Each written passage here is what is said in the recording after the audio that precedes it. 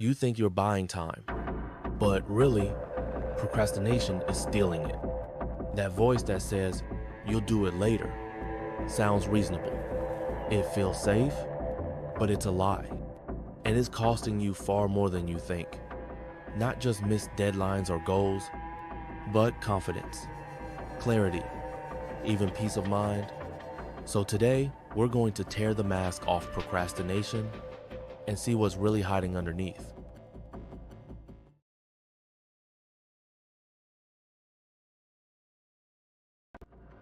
Most people think procrastination is laziness. It's not. It's fear disguised as comfort. Fear of failure. Fear of not being good enough. Fear of facing something that might challenge who you think you are. So you delay, you distract, you say later, but every later chips away at your self-trust. And over time, that turns into a quiet, constant stress. The kind that doesn't scream, but drains you slowly. The ugly truth? Procrastination is a cycle of self-deception. And the longer you stay in it, the harder it is to see your way out.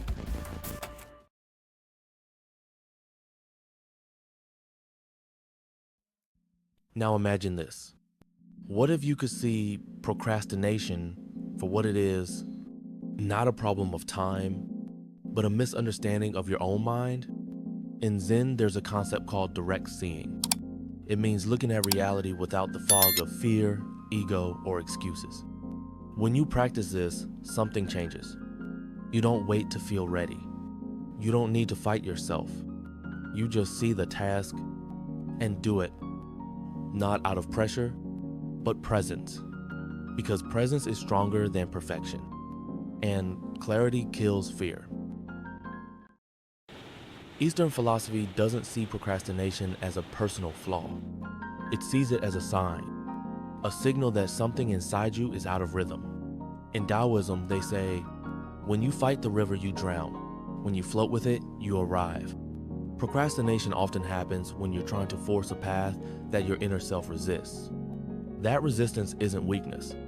It's a whisper, telling you to pause, to realign, to listen. And the antidote isn't hustle. It's stillness. But what is stillness? It's not passive. It's not sitting on the couch waiting for motivation. Stillness is an active return to the present. It's the moment you stop fighting your mind and start listening to it without judgment. In Zen, action comes from stillness, like an archer waiting in silence, and then one clear shot. No rush, no noise, only pure direction. When you act from that space, you're not driven by fear or urgency. You're led by clarity, and that's what makes the action powerful. In the modern world, we've confused speed with progress, but rushing often leads us in circles.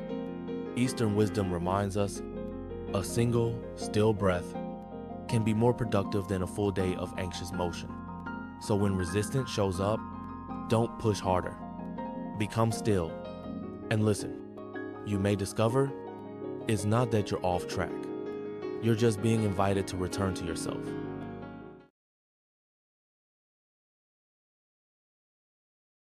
We often believe that waiting buys us relief, but in truth, later only multiplies the pressure.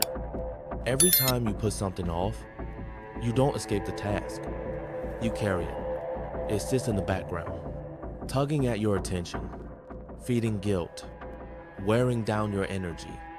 Letting go of later is one of the most compassionate things you can do for yourself, because it frees your mind, it restores your momentum, and it reconnects you to your purpose.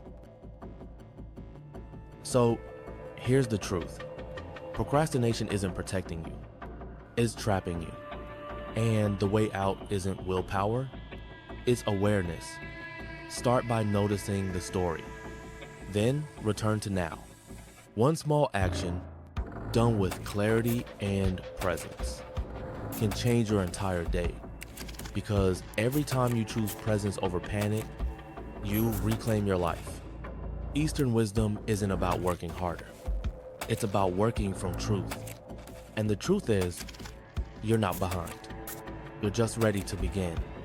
If this spoke to you, like the video, share it with someone who's stuck, and don't forget to subscribe for more ancient clarity in modern chaos.